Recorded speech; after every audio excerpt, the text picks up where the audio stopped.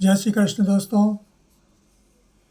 काफ़ी दिनों के बाद मैं आज वापस आपके सामने आया हूँ और आशा है कि आप सभी कुशल मंगल होंगे और ईश्वर से यही कामना करता हूँ कि आप हमेशा सुखी रहें और खुश रहें।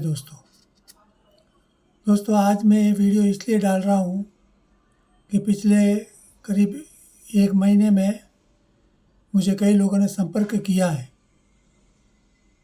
और उनमें से कई लोगों की ये दुविधा थी कि ग्रह दशाएँ जब अच्छी आती है बुरी आती है। जब अच्छी दशाएँ आती है तब तो कोई तकलीफ़ नहीं होती है जीवन में, इंसान सभी तरह से अपने जीवन में सुख समृद्धि प्राप्त करता है। लेकिन जब खराब दशाएँ आती है या कहिए कि इंसान का खराब समय आता है तो उस समय जीवन में हमें क्या करना चाहिए। तो दोस्तों मेरा कहने का तात्पर्य एक ही है कि जीवन में जब कभी हमारा समय अच्छा नहीं हो तो हमें धैर्य से, संयम से और सही तरह से सोच और संघर्ष और मेहनत को, इस जीवन को परिपाटी पर लाना चाहिए।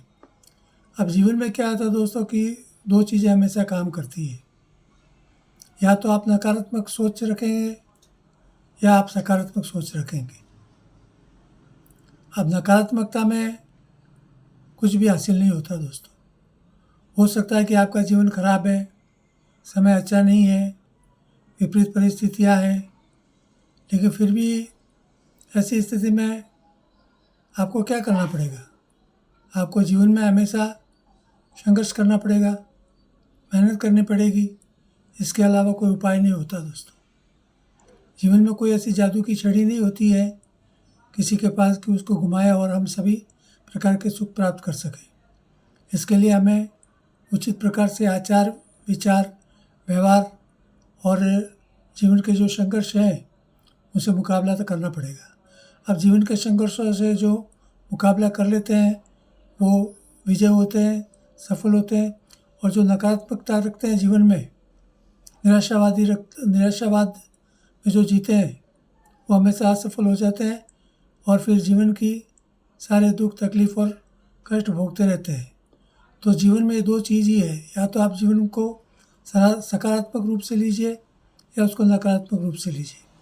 जीवन में कैसे भी कष्ट आए तो आप हमेशा सकारात्मक रहिए। जीवन में दुख तकलीफ सब में आते हैं। ऐसा नहीं है कि जीवन में कोई ऐसा व्यक्ति है जो कह सकता है कि मेरे जीवन में कभी किसी प्रकार का दुख आया ही नहीं है, या कभी कोई व्यक्ति ऐसा नहीं कह सकता मेरे जीवन में पूरा सुख ही सुख रहा हमेशा। तो ये सब जीवन की परिकल्पनाएं हैं। सुख और दुख की जैसे धूप और छाव होते हैं वैसे सुख और दुख आते जाते रहते हैं। अब इसमें ग्रहों की भूमिका है या नहीं है, ये विवाद का या शोध का विषय हो सकता है। कई लोग ग्रह दशाओं को मानते हैं, कई लोग नहीं मानते हैं, और मैं भी यही कहता हूँ कि भले आपको ग्रह दशाओं में भरोसा है तो आप उसको मान के चलिए। यदि आपको ग्रह दशाओं में भरोसा नहीं है तो मत मानिए, लेकिन आपको अपने कर्मों पर ज़रूर भरोसा रखना चाहिए। आप अपने कर्म जैसे करेंगे वैसे ही आपको उस कर्मों का फल मिलेगा। आप अच्छे कर्म करेंगे तो आपको अच्छा फल मिलेगा, बुरे कर्म करेंगे बुरा फल मिलेगा। आप सदाचारी जीवन जिएंगे, अच्छा जीवन जिएंगे तो आपको हमेशा जीवन में आपका स्वास्थ्य और जो सोच है वो अच्छी रहेगी, और आप हमेशा व्यसनों में जीने की कोशिश करेंगे, दुराचारी जीवन जिएंगे तो शनि शनि आपका जो शरीर है, जो दिमाग है, वो उसी अनुरूप आपका जीवन शैली आपकी बन जाएगी, तो आपको उसके परिणाम भी भुगतने पड़ेंगे दोस्तों। ये तो रही सामान्य बात। अब मैं एक बार और आपको यह स्पष्ट कर देना चाहता हूँ दोस्तों, आपका या मेरा जीवन जो भी है, सबको अपने अपने जीवन को के मतलब कि कर्मों के उत्तरदायी हम खुद होते हैं। मैं अपने जीवन में जो भी कर्म करता हूँ उसका उत्तरदायी मैं खुद हूँ।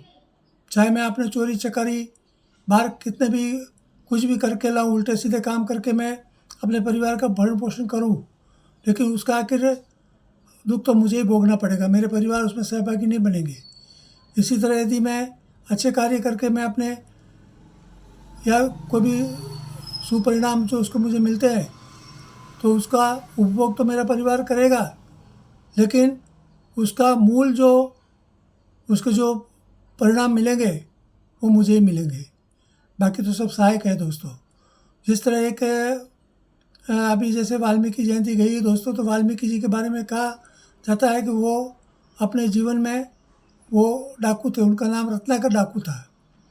तो एक बार उनको नारद जी मिले, तो उनका रत्नाकर डाकू का क्या काम था, वो जंगल में रहते थे, जो भी वहाँ से जो भी राह में गुजरते थे लोग, वो उनको पकड़ लेते थे, लूटते थे, मारते पीटते थे, सब कुछ ऐसे काम करते थे। लेकिन नारद जी जब मिले तो नारद जी ने उनको ये प्रश्न किया कि भाई तुम ये जो काम करते हो किसके लिए करते हो? तो उन्होंने कहा भाई मैं अपने परिवार के लिए करता हूँ, परिवार के पालन पोषण के लिए करता हूँ। तो फिर उन्होंने प्रश्न किया कि तुम अपने परिवार के पालन पोषण के लिए जो ये पाप कार्य कर रहे हो, तो क्या कल को इसका जो फल या परिणाम भोगना पड़ेगा तो उसमें तुम्हारा परिवार भी उसका सहभागी बनेगा क्या? तो उन्होंने कहा कि तुम जाओ अपने घर वालों से पूछ के आ जाओ।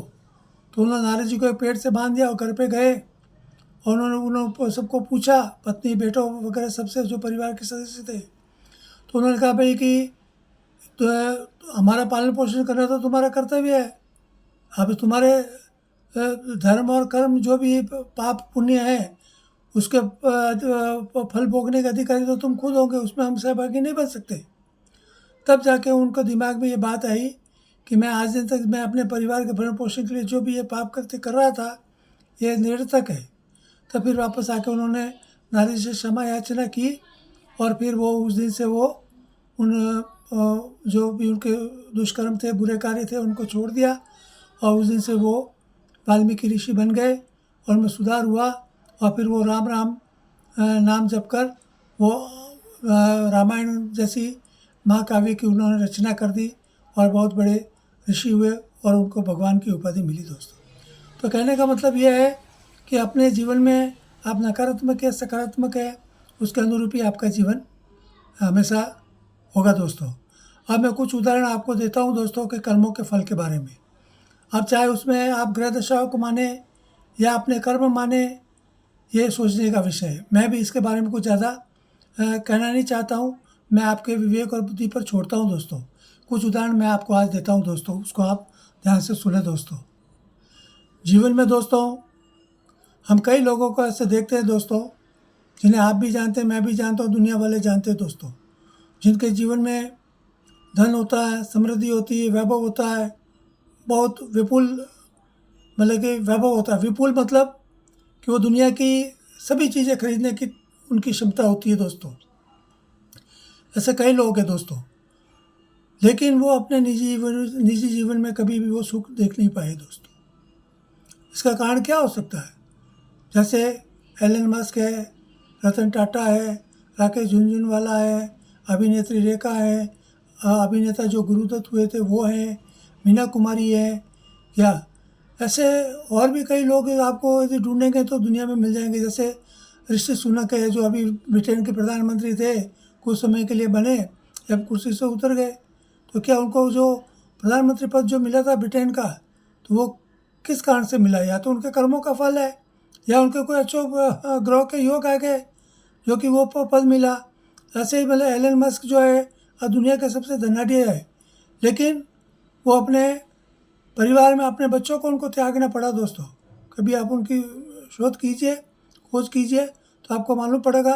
वैसे एक इंडिक्स चैनल है, उस पर आप एलन मस्क के बारे में अच्छी तरह बताया गया है। वो कभी आप देखें कि उनके जो बच्चे थे, अब इतने बड़े परिवार के बच्चे हैं, लेकिन वो पिता जो है उनके बच्चों से किस तरह दुखी हो गया, वो एक शोध का विषय है दोस्तों। तो कहने का मतलब पैसा इंसान को सभी तरह का सुख नहीं दे पाता दोस्तों। इसी तरह जैसे हमारे एक राकेश झुनझुनवाला थे, आज वो बिग बुल माने जाते थे, शेयर मार्केट के बड़े किंग माने जाते थे, लेकिन उन्होंने अभी आकाशा एयरलाइन भी शुरू की थी, लेकिन वो खुद उसका उद्घाटन नहीं कर पाए और वो चल बसे।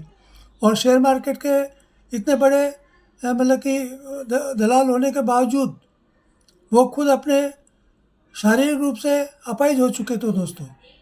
खूब पैसा कमाया उन्होंने, लाखों करोड़ों रुपया, अरबों रुपया कमा लिया, लेकिन वो शारीरिक रूप से उसका उपभोग कभी नहीं कर पाए दोस्तों। ये एक चीज़ है दोस्तों। इसके अलावा दोस्तों हम अपने जीवन में देखेंगे तो फिल्म क्षेत्र में भी ऐसे कई लोग हुए हैं। ऐसे एक संजीव कुमार जी हुए हैं, जो कि वैसे तो मूल रूप से गुजराती थे, हरिभाई जरीवाला उनका नाम था। बहुत ही उत्कृष्ट कोटि के अभिनेता थे, लेकिन जीवन में वो कभी शादी नहीं कर पाए। उन्होंने हेमा मालिनी, सुलक्षणा पंडित से शादी करने की कोशिश की, लेकिन कुछ योग ऐसे हुए कि वो उनके साथ वो संबंध बना नहीं पाए और जीवन भर उनको आजीवन मतलब उनको कुंवारा होकर ही मरना पड़ा दोस्तों। उसी तरह हमारी एक अभिनेत्री, सफल अभिनेत्री है, दक्षिण भारतीय अभिनेत्री थी, जो हिंदी फिल्मों की सफल अभिनेत्री है, रेखा जी। उन्होंने भी जीवन में बहुत नाम कमाया, पैसा कमाया, लेकिन कभी वो उनकी शादी मतलब एक बार उन्होंने शादी भी की थी मुकेश अग्रवाल नाम के व्यक्ति से, लेकिन वो मतलब कि एक 12 महीने भी वो शादी नहीं चली और पता नहीं क्या हुआ कि मुकेश अग्रवाल जी ने आत्महत्या कर ली और वो शादी भी असफल हो गई। उसी तरह मीना कुमारी नाम की एक नामचीन सुपरस्टार थी दोस्तों, वो भी बहुत ही नामी गिरामी थी।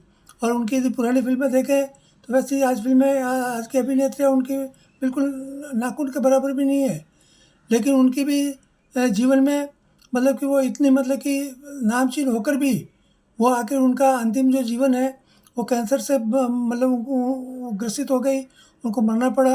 उन्होंने कमाल अमरोही जैसे नामचीन जो निर्माता निर्देशक थे, जो बहुत ही अच्छी फिल्में बनाई, जिसमें एक पाकीज़ा थी और देखने लायक फिल्म है, तो उनके साथ शादी की, लेकिन वो इतने दोनों नामचीन होकर भी वो अपने जीवन में अपनी शादी से संतुष्ट नहीं थे और आखिर में उनका तलाक हुआ। और मीना कुमारी मतलब वो इतनी शराब पीने लग गई कि आखिर उनको कैंसर हुआ और कैंसर के कारण उनको मरना पड़ा दोस्तों। तो कहने का मतलब ये है कि इतने सफल लोग भी कभी कभी अपने निजी जीवन में असफल होते हैं दोस्तों। इसी तरह दोस्तों और भी कई ऐसे उदाहरण हैं दोस्तों, मैं आगे बताता हूँ आपको। अभी अभी दोस्तों हमारे भारत के प्रसिद्ध उद्योगपति श्रीमान रतन टाटा जी का निधन हुआ है।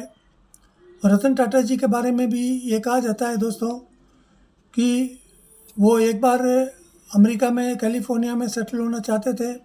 वहीं की एक विदेशी अमेरिकन स्त्री के साथ उनका मतलब कि लव अफेयर था और फिर वो शादी करके वहीं बस जाना चाहते थे, लेकिन फिर उनकी दादी से उनको बहुत लगाव था।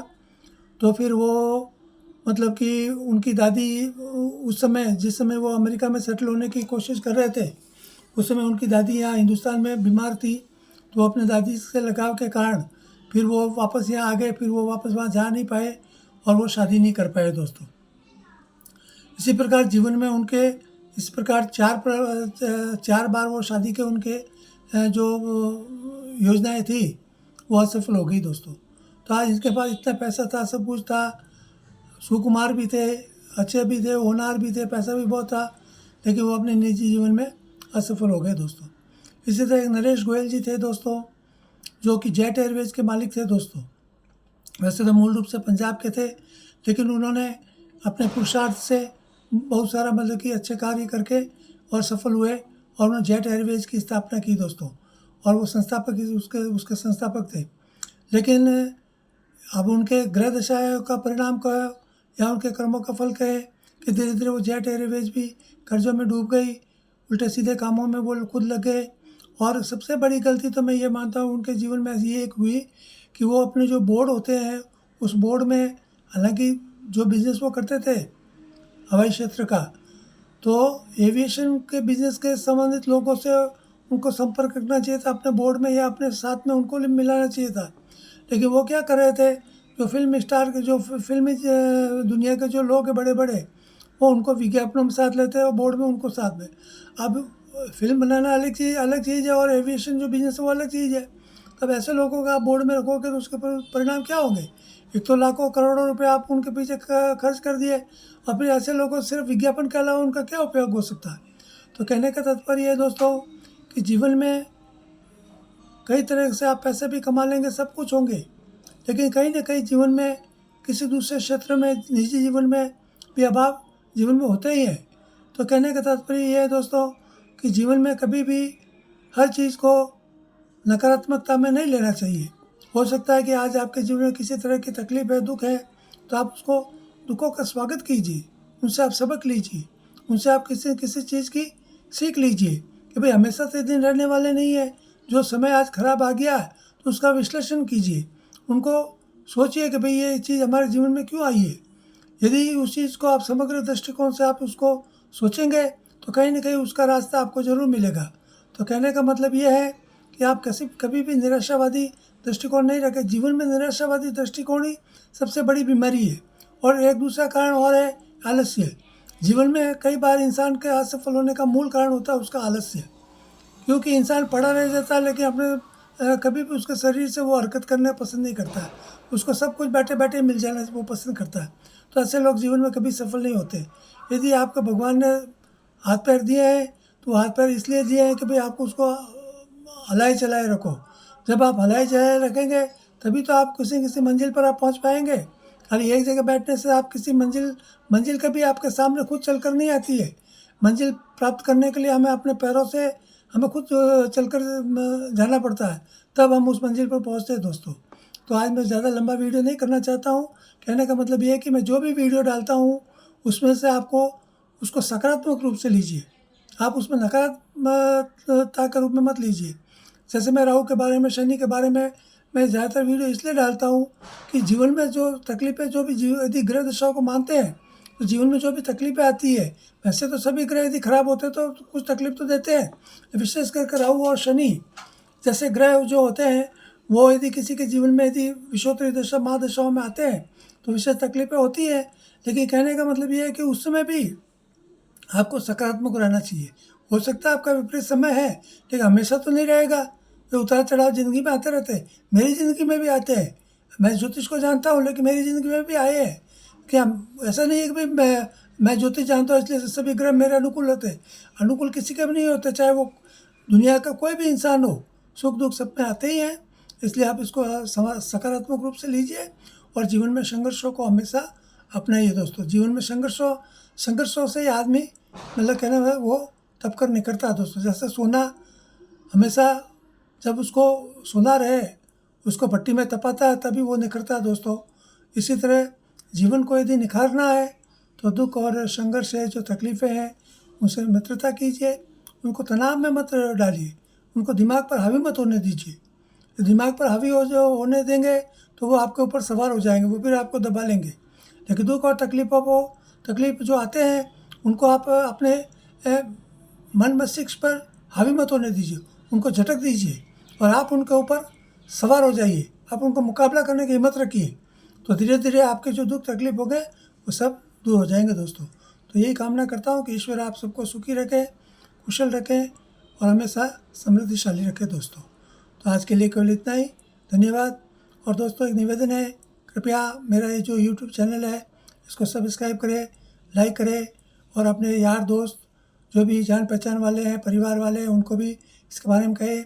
आपकी यदि कोई भी निजी समस्या हो ज्योतिष के संबंधित या कोई भी मोटिवेशनल यदि कोई भी आपको सलाह की ज़रूरत हो तो आप मेरे व्हाट्सएप चैनल जो है उसमें नंबर कई जो हमारे मैंने वीडियो डाले उसमें दिए हुए हैं। तो आप मेरे व्हाट्सएप चैनल पर आकर अपनी समस्याओं का समाधान आप प्राप्त कर सकते हैं। जब भी मुझे समय मिलेगा मैं आपको देखकर उसका उचित जो भी समाधान होगा मैं ज़रूर दूंगा दोस्तों। तो आज के लिए इतना ही। धन्यवाद। जय श्री कृष्ण, जय श्री राम दोस्तों।